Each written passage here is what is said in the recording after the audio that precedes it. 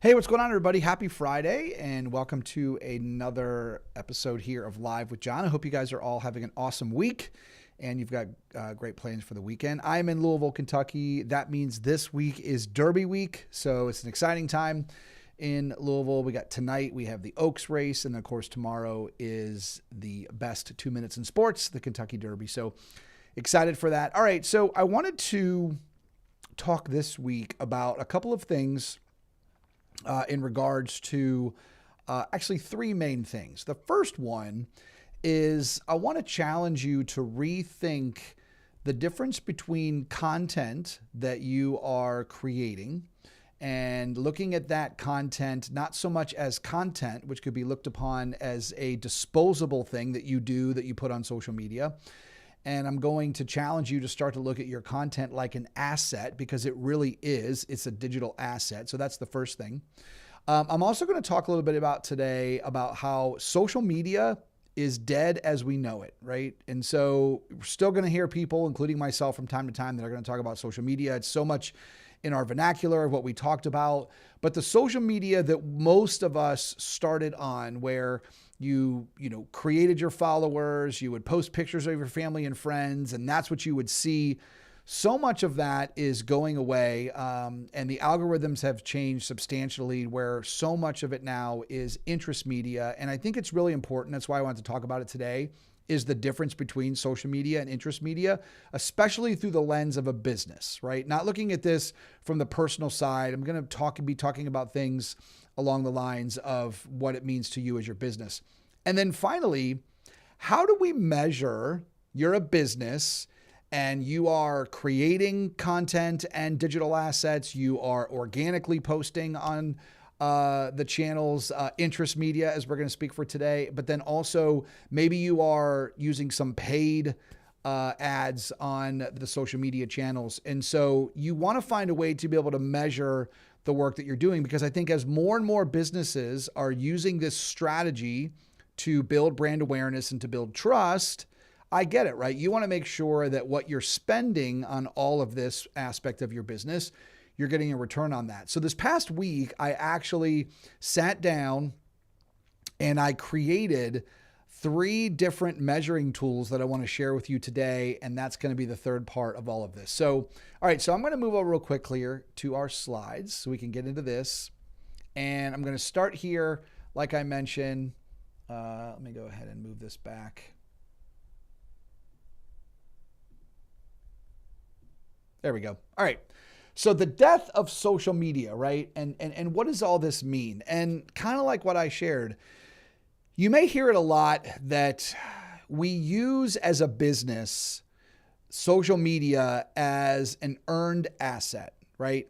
Meaning that something that we can all use and something that we can leverage in an effort to be able to build awareness. There's billions of people on a daily basis that are spending time on all of these channels. And so as a business, if you want to build awareness, it's been such a great way to leverage those eyeballs on somebody else's platform, right? Not your own, but somebody else's platform, in an effort to be able to grow your business. And when we look back at what social media was, which was we would build up followers, and the algorithms for the most part would send us content that was posted on the platform from those that we followed. And so the target, going back several years, or the game, I should say, was to create as many followers as you could, so that you felt good that the content that you created was going to go to those followers. And those were the early days of social media. And in a lot of cases, aside from the business aspect of it,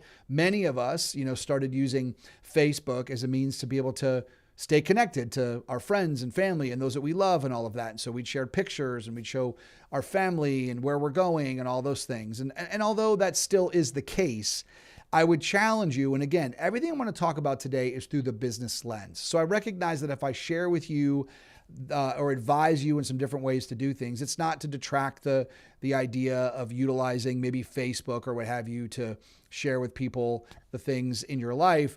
But I really want to share with you the importance of this from a business perspective. So here's kind of where this shift goes.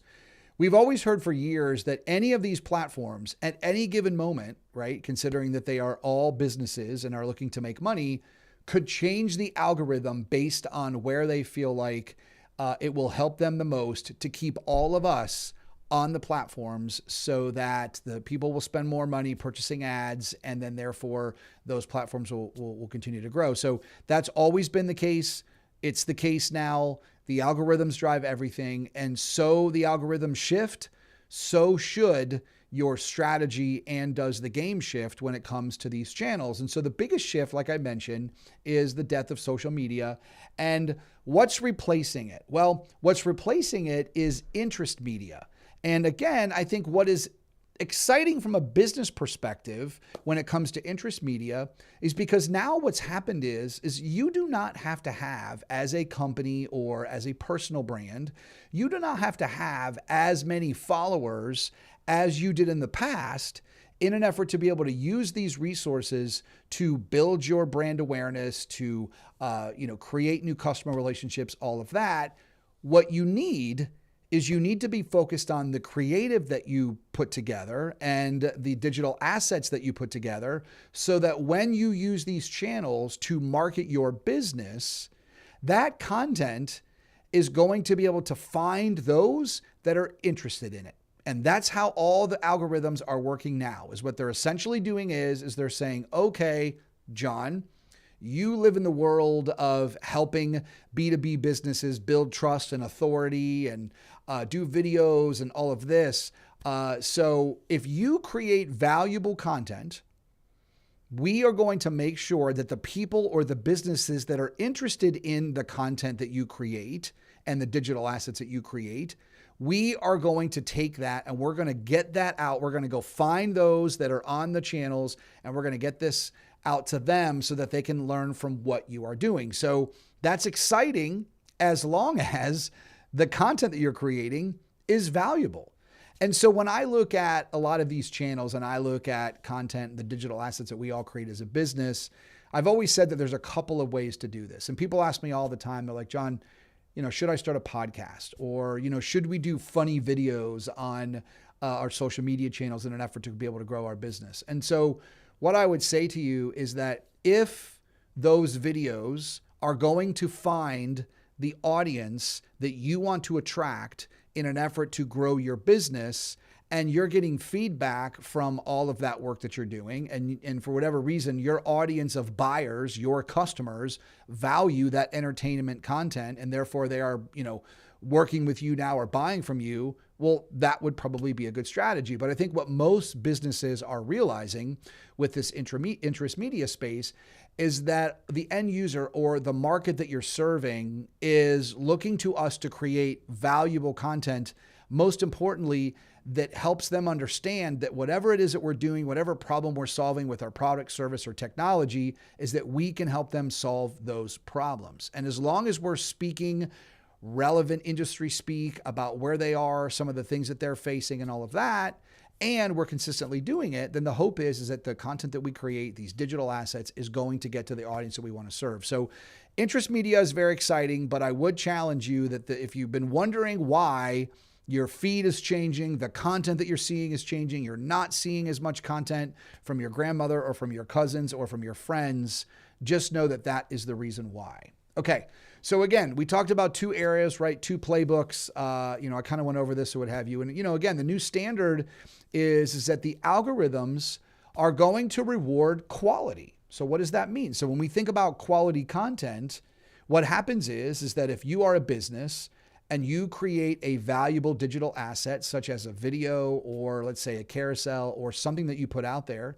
and there is a lot of engagement, there are a lot of shares, there are a lot of posts or reposts of your content, the algorithm is then going to discern that this must be valuable content. Let's go ahead and make sure that we send that to more types of people that actually engaged and reposted on that piece of content. So one would think that if that's the game, then we need to turn the mirror on ourselves as businesses and make sure that the content that we're creating is valuable for those that we want to serve. And so when you hear things like, it is all about the creative now, it is all about the content that we create, that's what it means. And so gone are the days, or, slowly but surely, if not quickly, are the days of, trying to find ways to buy followers and get all these people to follow you. The reality is that if the people that are following your channel are not in your target audience and they don't value the content that you're creating, you're going to start to see less and less engagement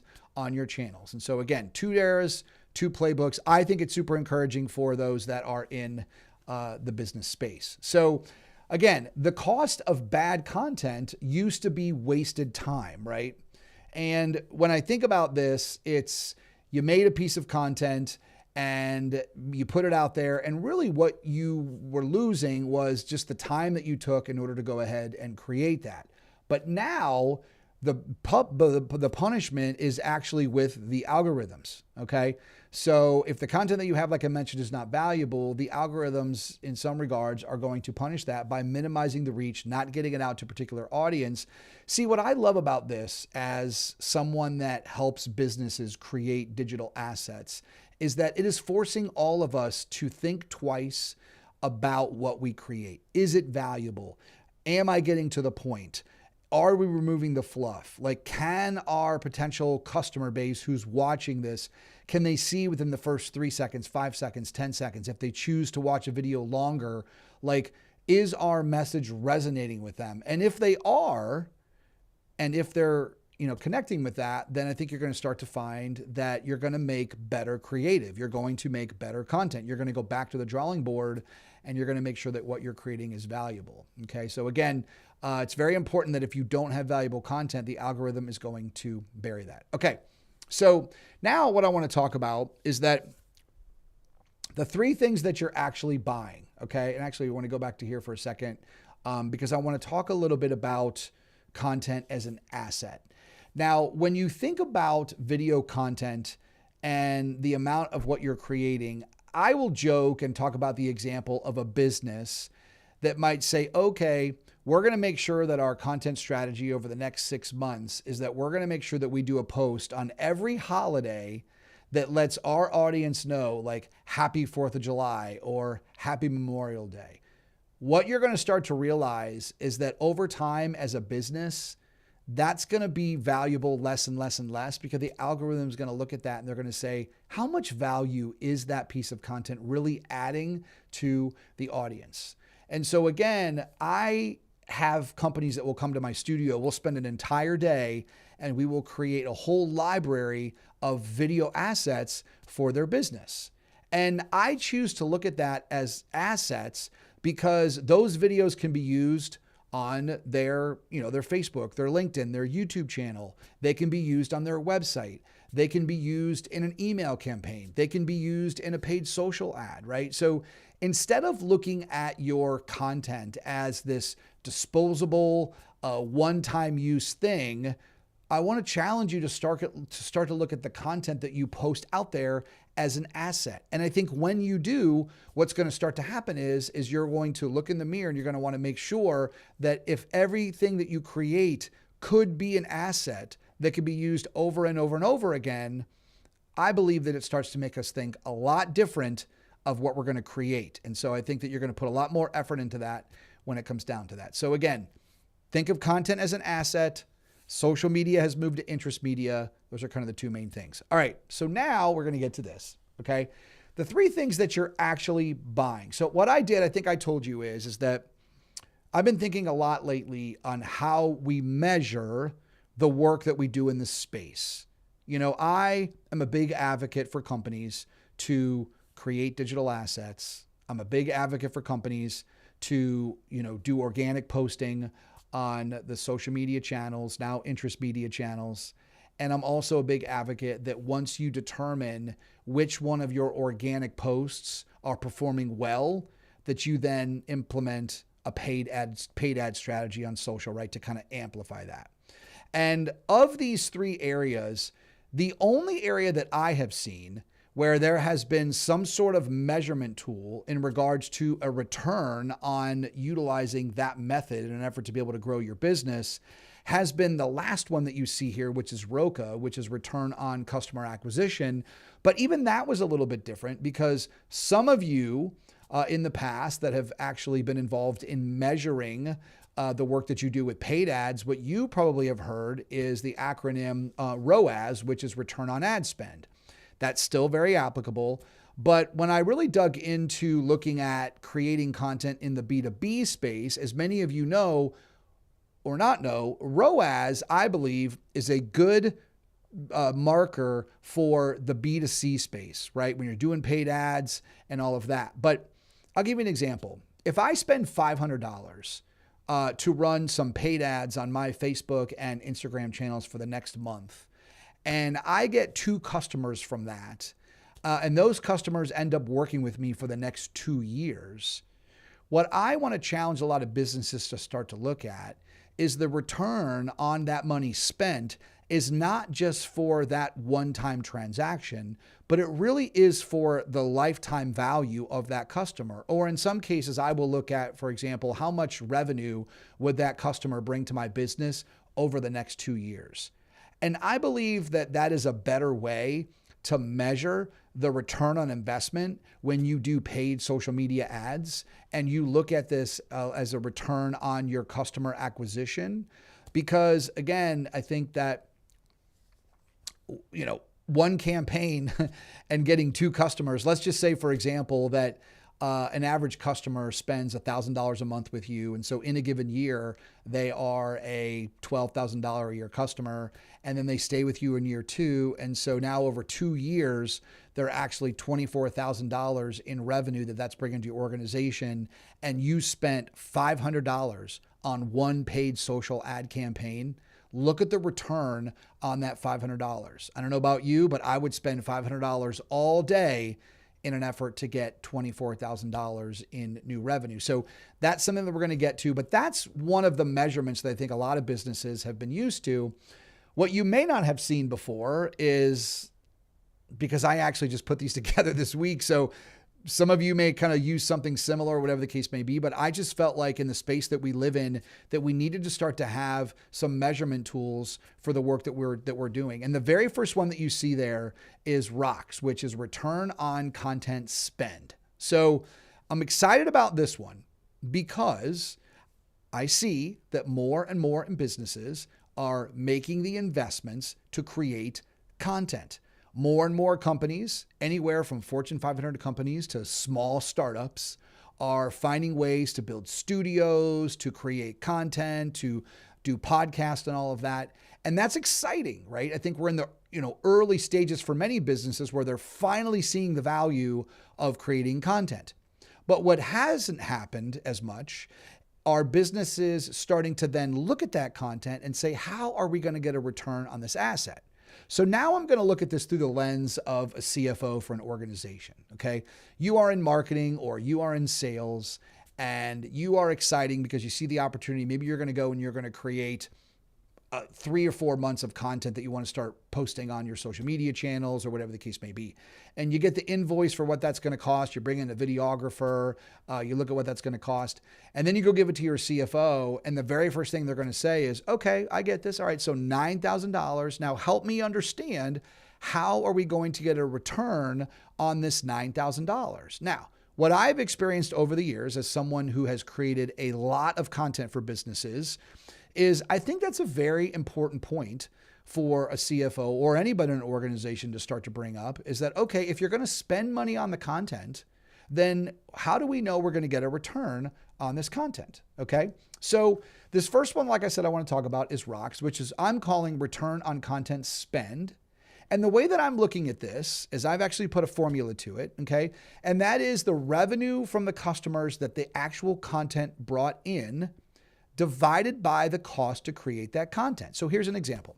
Let's say you do a content session, you spend $10,000, you create, 100 videos from that. So basically, now that you're looking at content as an asset, every piece of content / asset is $100, right? And so if you look at it like an asset, what I would challenge you to start thinking of is, okay, how can I take this asset that I've created and how can we actually put this out there so that we can get a return on that? So for example, let's just say that You spent $10,000 and you got 100 pieces of content created. And so you've determined that, each one is $100 each.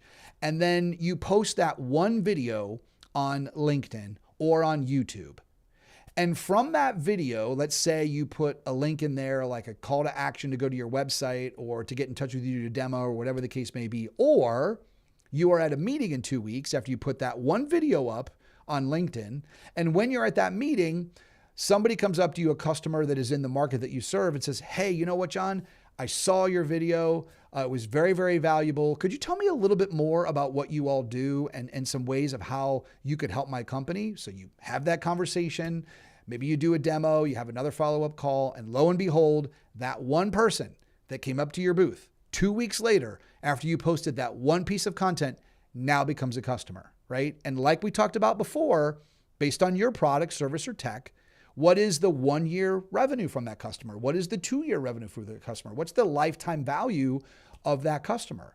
And so that's an example how that one $100 asset, right? One video that you just might have thought of in the past, it's just a video and we're not going to put value to it.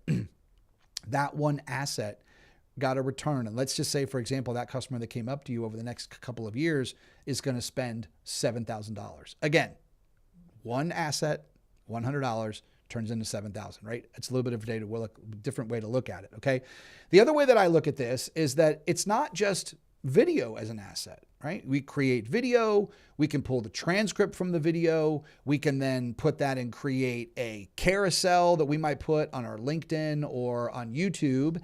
And now that is an asset, okay? So it wasn't a video, but maybe the content that you shared in your video was super valuable. It was very relevant to the industry that you serve.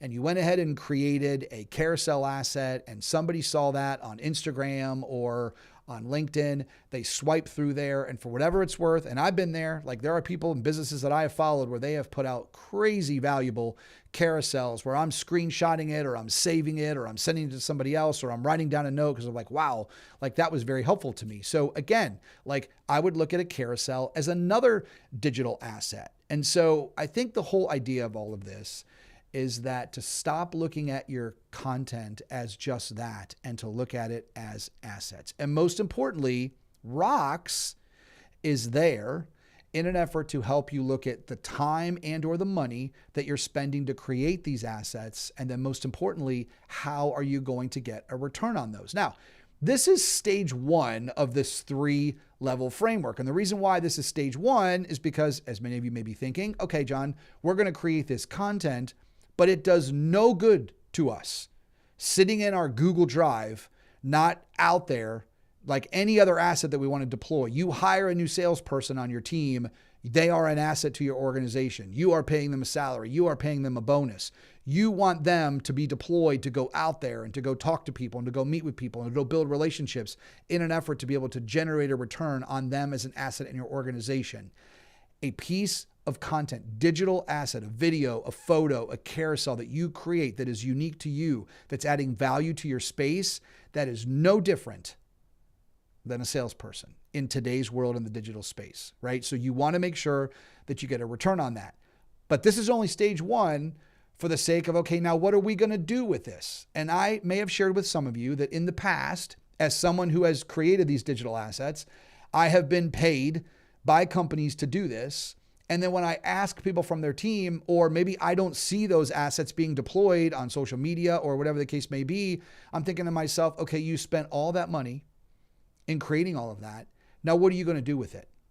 And so I would challenge you that if you start thinking about this a little bit differently, you then might start thinking about, okay, what are the ways that we need to deploy this so that we can actually get a return on the content spend? So I am going to spend some time with you next week, over the next couple of weeks, and I'm actually going to give to you the formulas that I've actually created. I actually have created a tool that you can use based on the money that you spend on content that you're creating and run it up against the return that you're going to get on that. So I'm going to go over that in the next couple of weeks. Today, I just wanted to go high level because we're kind of geeking out here on a lot of this stuff, but I just wanted to set the stage for a new way to think about measuring your business. All right. So this next one is called ROOP. And so ROOP is return on organic posting. Now, I'm excited about this one because as a company that does posting for brands, I get this question all the time. John, I know because I've heard it either from you or others that it's probably beneficial that we start to create content/assets and that we utilize these channels, LinkedIn, YouTube, Instagram, Facebook, as a means to be able to connect with our potential audience that we want to serve, build trust, and hopefully in turn generate leads. Okay. Now, when it comes to organic posting though, what I often hear is, well, and social media is free, right? Like if you go ahead and you go on your phone and you create a video and then you go right to LinkedIn and you post that video on LinkedIn, LinkedIn didn't charge you to go ahead and post that. So one would think that actually posting organically on social media is free, but is it really? How much time did you, as the person that created that video, take in order to create that video? And so that begets another question. How much is your time? How much is the time of other people in your organization that are going to create those assets? Sure, posting on Facebook and Instagram and all of that, that doesn't cost any money. But what if you're going to use a scheduling platform because now you want to post more? Or what if you start to get some good feedback from your post and now you don't have the time as the individual that created the video, and so you have to have other members from your team create videos? And what is their time worth? And what does that look like in the aggregate? Or you hire a company to go ahead and create content for you. Now, in that case, they're going to charge you, like I talked about in the first measurement, right? Which is with ROCS, which is return on content spend. Now you can see where this is all coming together, right? Okay, we're going to pay an organization who's going to charge us X to create all of these digital assets. Now we kind of know what that costs. So like we know that we're not spending time on our team to create that, so we don't have to compute that. But now we're going to go ahead and distribute this content. And so we want to know, like, if we're going to organically post on social media channels, then what is going to be our return? And this is a crucial one, everybody, because this one is getting lost a lot. And what I don't want to happen with a lot of companies is this.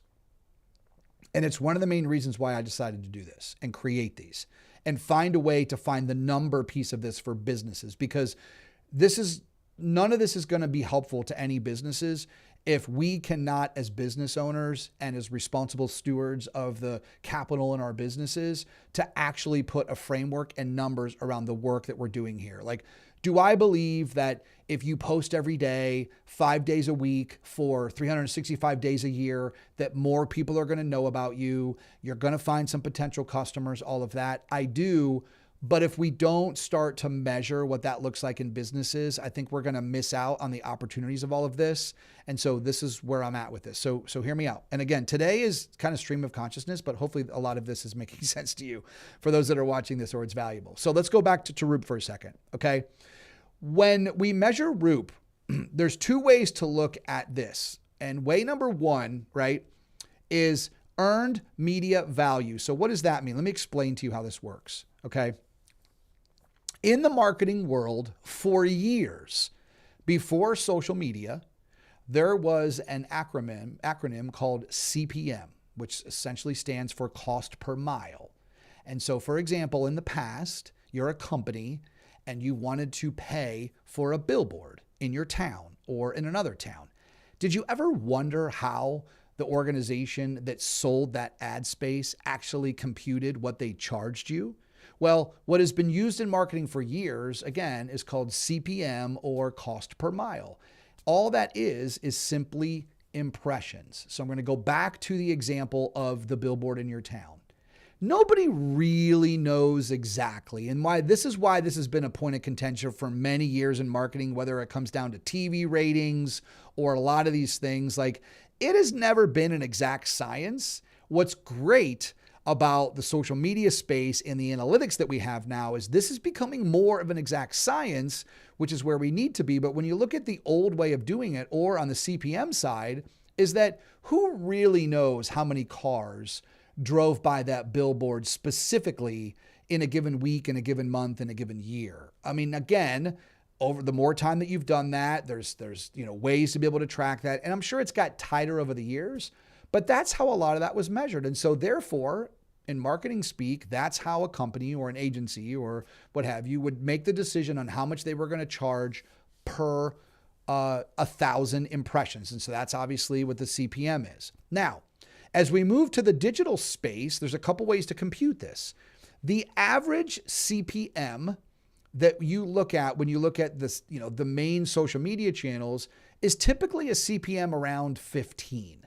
So what this means is that when you aggregate Instagram plus TikTok plus Facebook plus LinkedIn plus YouTube and you kind of put all those together, you actually get an average number of $15. And so where this comes into play with all of this is that if you were going to spend money as a business to be able to do paid social media ads, there has to be a number that you're going to get charged based on those impressions, right? So if, for example, you got 1 million impressions in a year and the CPM was 15, then the earned media value would have been basically $15,000, okay? So when we look at organic posting, what we're basically saying is that we want to look at how many impressions you got on your content in a given time frame,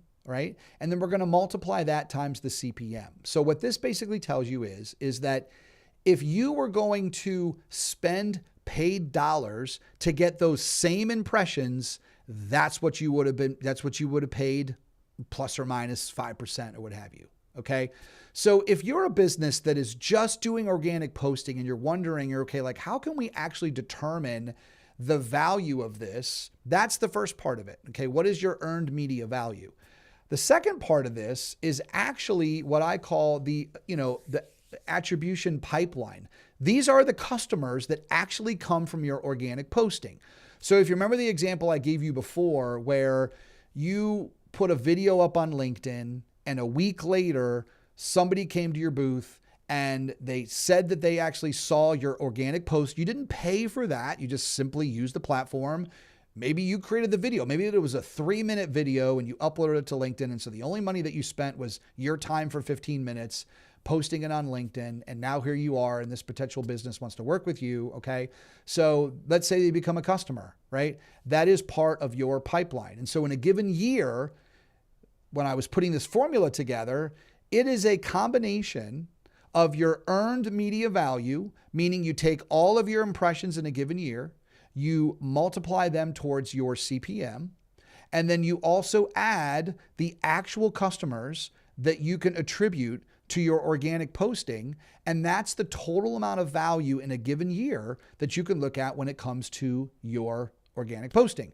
Now, what's the formula here? We're now going to divide that by the cost of doing that posting. Okay, so now let's get into this. Okay, like I said, organic posting is not free. So I'm going to use the simplest example that I have. Okay, is that you as a company hire somebody in your organization to post on social media. Okay, so let's say you hire a social media manager, and let's just say, for the sake of all they're doing for you is taking the digital assets that you've created or somebody has created, and they're going out on the channels and they're taking the time to post. Okay, let's just use some basic numbers. Let's say that you pay them $50,000 a year, right? Then what you have to do is, on top of that, you have to add the load, which is the benefits and everything else that you have to pay for them if they're a W-2 employee. So now maybe you're at, I don't know, 65 or 70,000.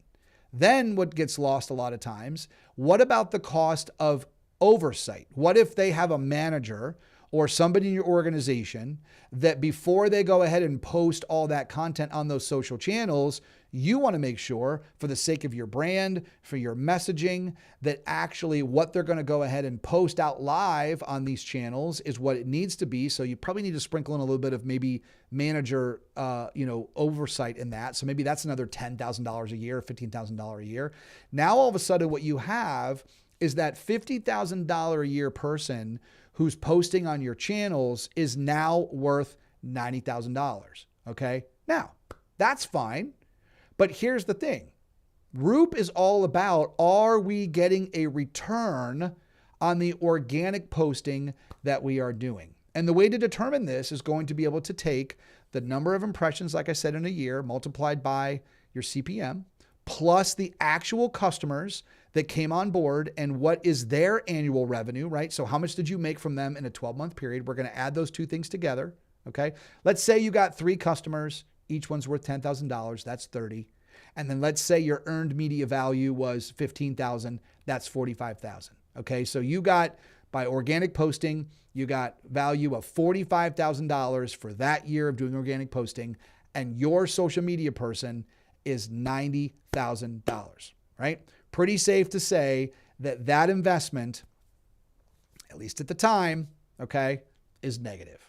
So I share this with you because this is happening all over the place. And I think it's super important that businesses start to look at this from a return standpoint. And I think what it's going to start to do is it's going to start to help us determine what, like any other return on investment formula or anything else that we do in our business, like how can we maximize that, right? So in the case of this example, like what are a couple of ways to make sure that you could put that formula in your favor so that it's at a minimum, right? You're breaking even, but ideally you're, 1.5, 2, or 3xing your investment. Okay. So one way to do that, obviously, is to get more impressions on the content that you post.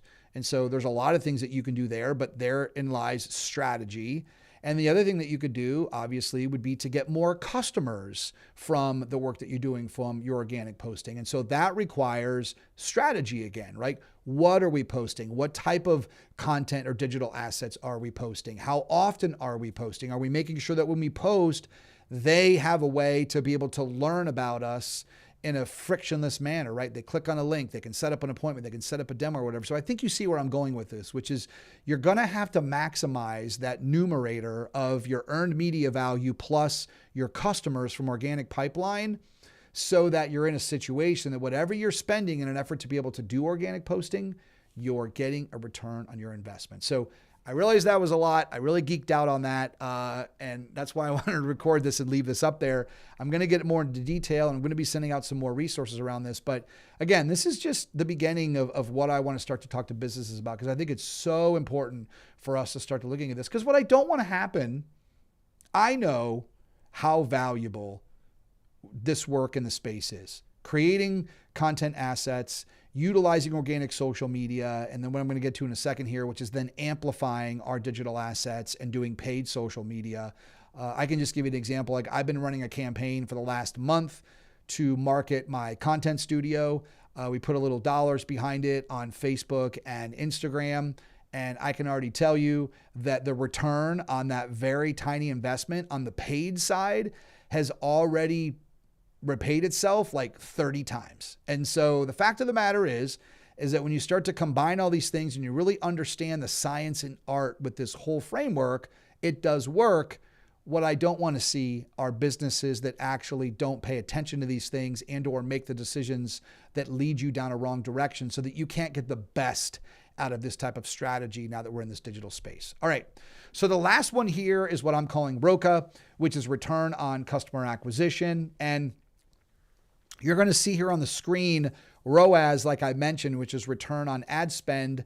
That calculation really was built for what I would consider, as you can see here, $50 t-shirts, because you spend dollars on paid social ads, and then that customer buys that one t-shirt from you. And so return on ad spend was a little bit closer, or the numbers were a little bit more realistic in the B2C space, I should say.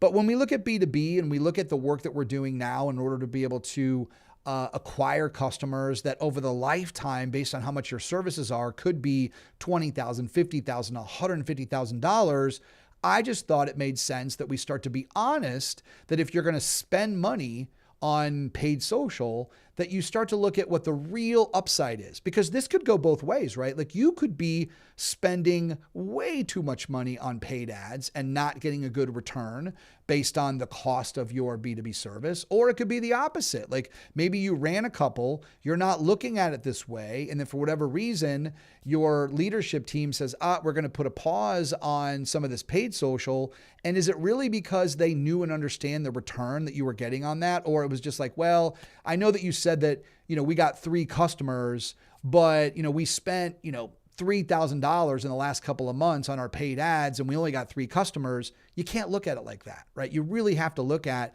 what is the 1 year, 2 year lifetime value of that B2B customer, especially if you can keep them in relation to the money that you spent to acquire them. Okay. So again, I think that it's very important to start to look at it like this. And I think that when you look at all 3 of these, which is, ROCS and then ROOP and then ROCA, the order matters, because here's the thing. In order, in my opinion, to have a valuable paid ad strategy, which is the last one that we talked about, okay, you need to have good quality content / digital assets in order to be able to be effective. And then what I'll also say, and that more and more companies are doing this, is that when it comes to your organic social media, the best thing about the organic platforms now is that we're getting feedback as businesses of what is working and what is resonating is what is not.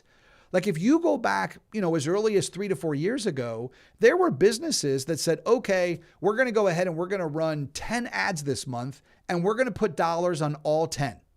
Not one of those hit the live space. Not one of them were posted. It was just, we're going to create this. We feel like this is going to resonate. We're going to put dollars on this. We're going to put that out there. Whereas the world that we live in now, what's so great about the organic platforms is you could go ahead and put those 10 posts out in the next week and then let them sit for the next week and then get feedback on that, which in my opinion is the most important feedback. It's not about what your marketing company thinks or what I think is going to resonate well with your audience. It's what your audience thinks resonates. And what's great about a lot of these key metrics that we get on these platforms is that you're going to see that, like how many likes, how many shares, like how many reposts, like utilize those numbers to your advantage so that now all of a sudden, if you see 2 out of your 10 organic posts that are crushing it, now be strategic and let's go put our dollars on that.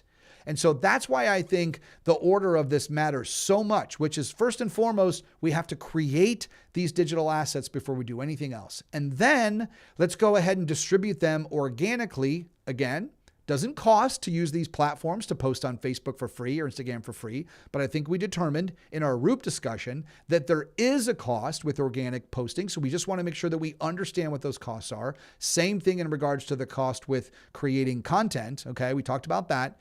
But then finally, once we can determine those 2 out of 10 did well, then we can go ahead and we can amplify those. And then we can really start to look at our return on customer acquisition with the dollars that we're spending in all of those. So again, we want to make sure that we do not boost the losers. And here's what I'll say about this. The other way for me to kind of wrap this up is that losers, I believe, in old marketing speak, worked a lot different than losers does today. Okay. If you take the time as a business, we're just going to use a very conservative example here based on what I talked about. You can go ahead and create 10 videos on your phone tomorrow. Okay. So you go ahead and you create 10 2 to 3 minute videos about a problem that your customer has or something that your company is doing to solve a problem. And it took whoever in your organization an hour to create those 10 short videos. Okay. So that's the first thing. Then you're going to go ahead. I mean, it took time. You want to make sure you calculate that, because if you're going to do it at scale, you're going to want to know what those numbers are. But for now, you went ahead. It didn't take you a lot of time. It didn't cost you a lot of money. You use your own technology. It is what it is. Okay. Now you're going to go ahead and you're going to post those 10 videos on LinkedIn or YouTube or Facebook or on Instagram, okay? And over the course of the next week, you're actually then going to go ahead and get information on those posts. I've always believed that there's no such thing as like winning and losing. I've always looked at it to where it's more along the lines, I'm either winning or I'm learning. And I would challenge you to do the same thing here, which is if for whatever reason a particular post does not do good as something else, I wouldn't consider it a loser. I would look at it more as a way of what can you learn from that? But here's the deal. The system is going to give us the proving winners. And the best thing is those that are winning are real life engagement of what your audience, those that you want to serve, is seeing as valuable anyways. So that's when you go ahead and you want to amplify that. All right. So now what are you going to do on Monday morning with all of this, right? So here's kind of what I want to, leave you with. First of all, if you're a business, try the best. You may not stop calling it social media. I've probably done it like 10 times because I have to describe something. You might hear me talk a little bit more about the individual channels, but listen, I get it. When I say stop calling it social media, what I really mean is start to look at the social media channels along this lines of interest media. And that's the actual strategy that these platforms are using in a means to how they are distributing these digital assets that we create. The second thing I would challenge you is that stop looking at organic as free. It's really not. I don't care if you spent an hour to then look at, strategy-wise what you're going to post, and then you spent another 2 hours to create the videos or the carousels or whatever the case may be. And here's the deal. I don't care if you're using AI. Is AI shortening this time frame? Bet your ass it is. And is that awesome? It absolutely is. But what does that also require? Like, can you just go dump a content or a subject into Claude or Perplexity or Chat and say, go ahead and create me all of these posts? And then are you at a stage yet with your company where you trust that these AI platforms know you, your brand speak, what you want to put out there, that you're just going to type that in and then all of a sudden you're just going to then, blindly put that on social media? You may. I wouldn't advise it. And I'm sure as many more of us are seeing, what are we seeing on social? We feel like everybody is creating AI content. So what is that telling you? That's telling you that what you probably want to do if you want to go against the grain or be different than everybody else is you're going to have to take a little bit more time in regards to determining what you're going to post organically. You're going to have to take a little bit more time to make sure that you're creating content that is more telling to your brand, that is more connecting with your audience and how you can help them solve their problems. And so again, is it really free? We know there's no such thing as free lunch. Is it nice that you don't have to pay to post? Of course it is. But I just want you to take into consideration of that. And finally, the last one is that if you are doing paid social ads, stop boosting posts that have not performed.